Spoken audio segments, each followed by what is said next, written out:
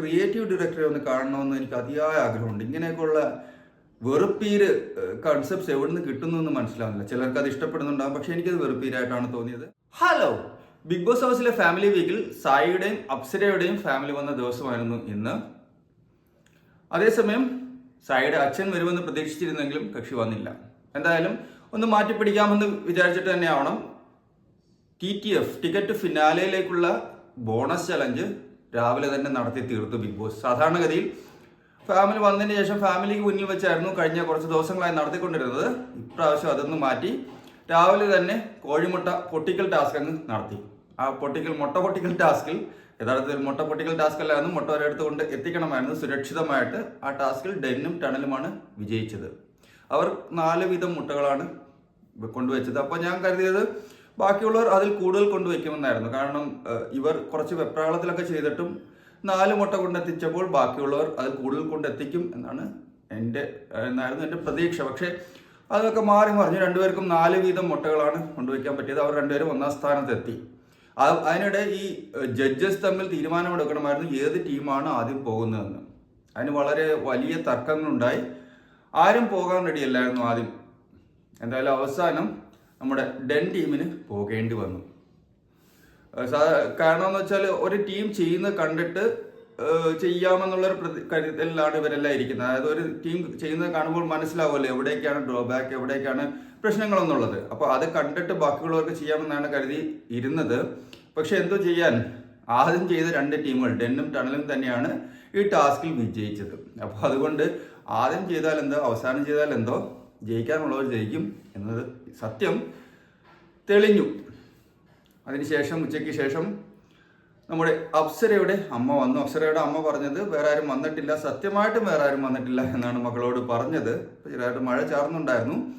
അപ്സരയുടെ അമ്മ KPSസിലേക്കുള്ള ഒരു നടിയായിരുന്നു. അപ്പോൾ അവർക്ക് നല്ല രീതിയിൽ അഭിനയിക്കാൻ പറ്റും. അപ്പോൾ അപ്സര എത്ര ചോദിച്ചിട്ടും അവർ പറഞ്ഞത് സത്യമായിട്ടും മോളെ വേറെ ആരും വന്നിട്ടില്ല. ആൽബി, അതായത് അപ്സരയുടെ ഹസ്ബൻഡ് ആൽബി ഷൂട്ടിങ്ങിനോ മറ്റോ പോയിരിക്കുകയാണ്, സിനിമയുടെ കാര്യത്തിനോ മറ്റോ പോയിരിക്കുകയാണ്.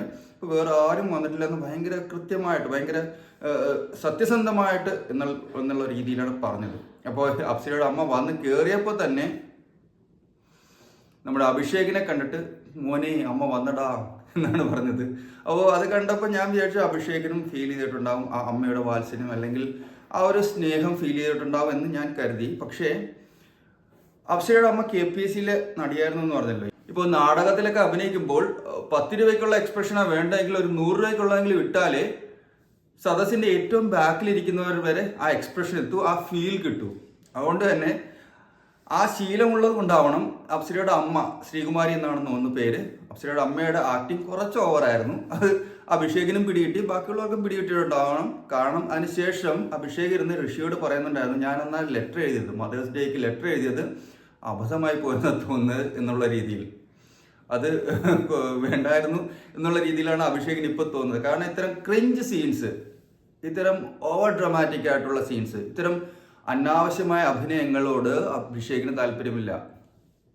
ഇങ്ങനെയൊക്കെ കാണുമ്പോഴാണ് അഭിഷേക് നല്ലൊരു കണ്ടസ്റ്റന്റിൽ ഉപരി നല്ലൊരു വ്യക്തിയാണെന്ന് എനിക്ക് തോന്നുന്നത്. അയാൾ കണ്ടന്റ് കൊടുക്കുന്നുണ്ടാവില്ല, അയാൾ അനാവശ്യമായ ബഹളങ്ങളിൽ ഏർപ്പെടുന്നുണ്ടാവില്ല, പക്ഷെ അയാൾ തനിക്ക് കിട്ടുന്ന ടാസ്കുകളെല്ലാം നല്ല രീതിയിൽ ചെയ്യുന്നുണ്ട്. ഒരു സാധാരണ മനുഷ്യൻ, ഒരു സത്യസന്ധനായ വ്യക്തിയായിട്ട് ആ സ്പേസിൽ, തനിക്ക് കിട്ടിയ ആ സ്പേസിൽ നിൽക്കാൻ ശ്രമിക്കുന്നുണ്ട്. അനാവശ്യമായി ബഹളമുണ്ടാക്കി, അനാവശ്യമായി ആരുടെ മുകളിൽ കുതിര കയറി അനാവശ്യമായി കൊണ്ടനുണ്ടാക്കി ആ ബിഗ് ബോസ് ഹൗസിൽ തുടരാൻ അയാൾ ശ്രമിക്കുന്നില്ല. വന്ന സമയം അയാൾ അങ്ങനെ ശ്രമിച്ചു, പക്ഷേ അത് അയാളുടെ ഫേക്ക് പേഴ്സണാലിറ്റി ആയിരുന്നു, അതൊരു മുഖം മൂടിയായിരുന്നു. അയാൾ കരുതിയത് ഇങ്ങനെ കൊണ്ടനുണ്ടാക്കി, ടോക്സിക് ആയിട്ടുള്ളൊരു കൊണ്ടനുണ്ടാക്കിയാൽ ബിഗ് ബോസിൽ പിടിച്ചു നിൽക്കാം എന്നായിരുന്നു. പക്ഷേ അതിനുശേഷമാണ് അയാൾക്ക് മനസ്സിലായത് താൻ ജെന്യൂനായിട്ടാണ് നിൽക്കേണ്ടത്, ജെന്യൂനായിട്ട് നിൽക്കേണ്ട ആവശ്യമേ ഈ ഹൗസിലുള്ളൂ എന്ന്. എന്തായാലും അഭിഷേക് അതിൻ്റെ ആ ഡയലോഗ് ഋഷിയോട് പറഞ്ഞപ്പോൾ ഋഷി അഗ്രി ചെയ്യുന്നുണ്ടായിരുന്നു. ആടാ നീ ചെയ്തത് തെറ്റായിപ്പോയി, നീ ആ ലെറ്റർ എഴുതിയതാണ് ഈ അഭിനയത്തിന് കാരണമെന്ന്. എന്തായാലും ഒരു വോട്ട് ബാങ്ക് പോലെ ഓരോരുത്തരെ സമയം നമ്മുടെ നേതാക്കന്മാരൊക്കെ ഇലക്ഷൻ എടുക്കുമ്പോൾ വരുമല്ലോ വോട്ടിന് വേണ്ടി, ആ രീതിയിലാണ് എനിക്ക് അപ്സരയുടെ അമ്മ വന്നപ്പോൾ ഉള്ള ആ പ്രകടനം കണ്ടപ്പോൾ ഫീൽ ചെയ്തത്, സത്യം പറയുകയാണ്.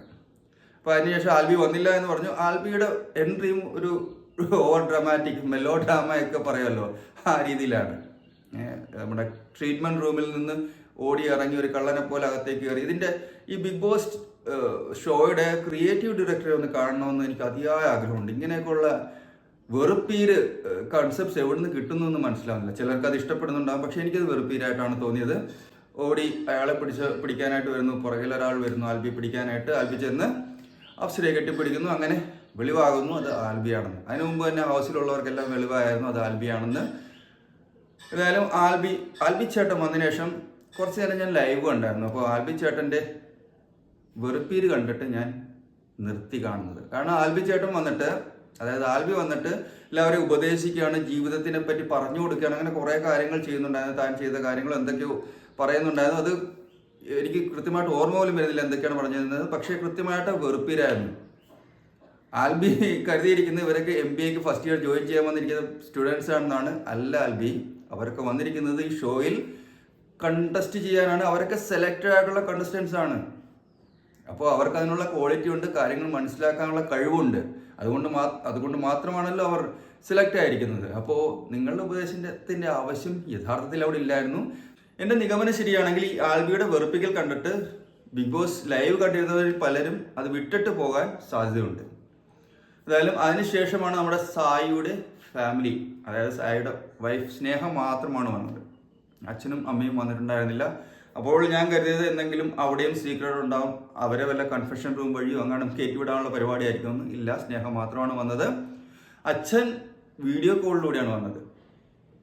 ഓക്കെ, അപ്പോൾ പെട്ടെന്ന് എനിക്ക് സ്ട്രൈക്ക് ആയ ഒരു കാര്യം, അച്ഛൻ്റെ മുടിയെല്ലാം കറുപ്പാണ്, ഇവിടെ സായിയുടെ മുടി ഫുള്ള് വൈറ്റ് ആണ്. ഈ സായിയുടെ മുടി വൈറ്റ് ആക്കി ഈ കോലത്തിലാക്കിയ ആ മേക്കപ്പ് ആർട്ടിസ്റ്റ് അല്ലെങ്കിൽ ആ ഹെയർ ഡിസൈനറെ എനിക്കൊന്ന് കാണണം. ആ മേക്ക് ഓവറിൻ്റെ യാതൊരു ആവശ്യം ഉണ്ടായിരുന്നില്ല. നല്ല രീതിയിൽ സുന്ദരനായ ചെറുക്കനായിരുന്നു. ഈ വെള്ളം മുടിയാക്കി വൃത്തികേടാക്കിയെന്നാണ് എനിക്ക് തോന്നുന്നത്. എനിക്ക് കണ്ടപ്പോൾ ഇതിനു മുമ്പുണ്ടായിരുന്ന താടിയുള്ള നല്ല നീണ്ട മുടിയുള്ള സായിയാണ് കുറച്ചുകൂടെ അട്രാക്റ്റീവായിട്ട് തോന്നിയത്. നിങ്ങൾക്ക് എന്താണ് തോന്നിയതെന്ന് എന്തായാലും കമൻറ്റ് ചെയ്യുക. സമയം ഉണ്ടെങ്കിൽ കമൻറ്റ് ആരും ചെയ്യാറില്ല, ആർക്കും സമയമില്ലാന്ന് തോന്നുന്നു. എന്തായാലും സമയം ഉണ്ടെങ്കിൽ ഒന്ന് കമൻറ്റ് ചെയ്യുക. അപ്പോൾ സായിയുടെ മുടിയെല്ലാം വെളുപ്പും അച്ഛൻ്റെ മുടിയെല്ലാം കറുപ്പും. മിക്കവാറും ബിഗ് ബോസ് ടീം അച്ഛനെ ഇവിടെ കൊണ്ടുവരാൻ ശ്രമിച്ചിട്ടുണ്ടാവും. പക്ഷേ അച്ഛൻ്റെ എതിർപ്പ് കാരണമായിരിക്കണം കൊണ്ടുവരാൻ പറ്റാത്തത്. അതല്ലെങ്കിൽ എന്തായാലും അച്ഛനെ അല്ലെങ്കിൽ അമ്മയെ കൊണ്ടുവരേണ്ടതാണ്. അമ്മയും വന്നിട്ടില്ല, സ്നേഹം മാത്രമാണ് വന്നത്. അപ്പോൾ അച്ഛനും സായിയുമായിട്ടുള്ള പ്രശ്നങ്ങൾ പലതും പറഞ്ഞു തീർത്തു. ഈ പറഞ്ഞു തീർക്കലിന് അത്ര ഇമോഷണൽ ഇഫക്റ്റ് കിട്ടിയില്ല. കാരണം ഒരാൾ വീഡിയോ കോളിലാണ് എന്നുള്ളതുകൊണ്ട്. അച്ഛൻ നേരിട്ട് വന്നിരുന്നെങ്കിൽ അതിൻ്റെ ഇമോഷണൽ വാല്യൂ കൂടിയേനെ, ഇമോഷണൽ ഇഫക്റ്റ് കൂടിയേനെ. അപ്പോൾ ബിഗ് ബോസിനും TRPക്ക് നല്ലൊരു ഗുണം കിട്ടിയേനെ. ഇവിടെ അങ്ങനെ ഇല്ലാത്തത് കൊണ്ട് കുറച്ചൊന്ന് ഡൗൺ ആയിരുന്നു അതിൻ്റെ ആ ഫീലിങ്സ്.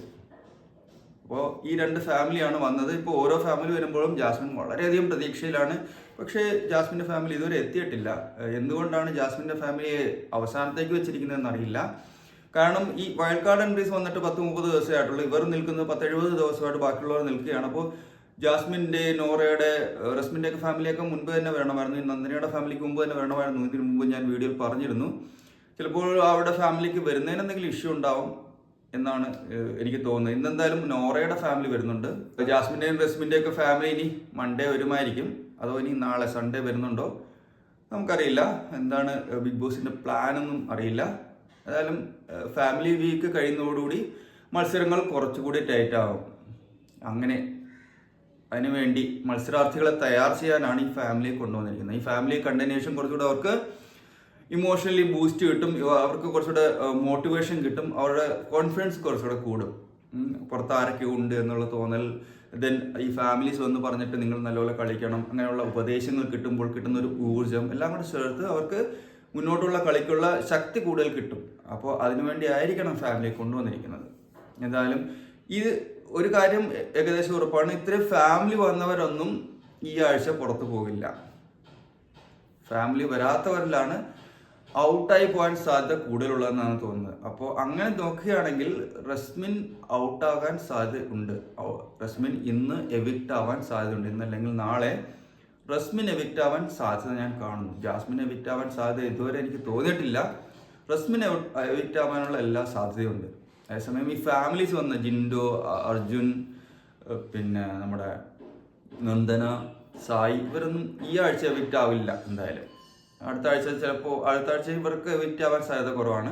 അപ്പോൾ ഇന്ന് റസ്മിൻ എവിക്റ്റ് ആവാൻ ചെറിയൊരു സാധ്യത ഞാൻ കാണുന്നുണ്ട്. അപ്പോൾ എന്തായാലും ഇന്ന് ലാലേട്ടൻ വരുമ്പോൾ എന്തൊക്കെയാണ് സംഭവിക്കുന്നതെന്ന് നമുക്ക് നോക്കാം. Thank you.